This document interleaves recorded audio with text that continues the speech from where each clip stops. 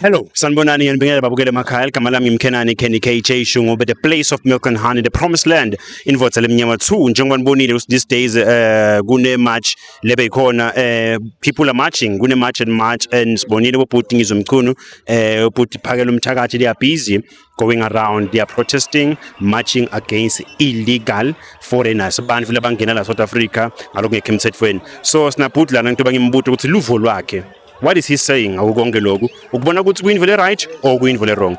So lithi indivo lakho concerning yonke lento lendakalako the fight against illegal foreigners la South Africa. Okay, uvo lwami lona nje licacile. Ukoqala ngathi ngicacise ngibeke kanje. This is my point of view.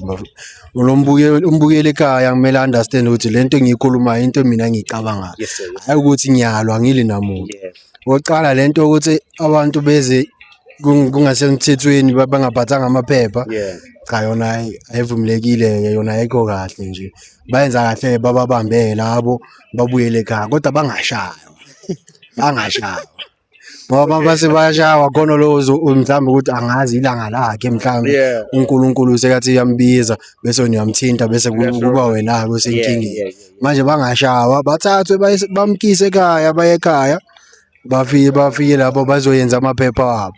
Kodwa inkinga ukuthi futhi nalabo abanamaphepha abanye ayibona bonke, abanye abanamaphepha basuke nabo bathatha bona laba bengenamaphepha babacasha endlini zabo.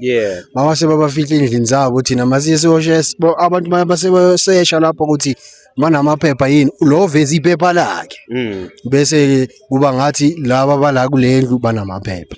Manje sicela nawe ube neqiniso lapha umbukele ekhaya, asilwi nawe, sicela nje uma ukuthi awunawo amaphepha uzibuyele ekhaya, uyihambele uye ekhaya, ngazi ukuthi ubuyapi kodwa la ubuya khona uyolungisa amaphepha nje kahle nje kusemthethweni, yabo.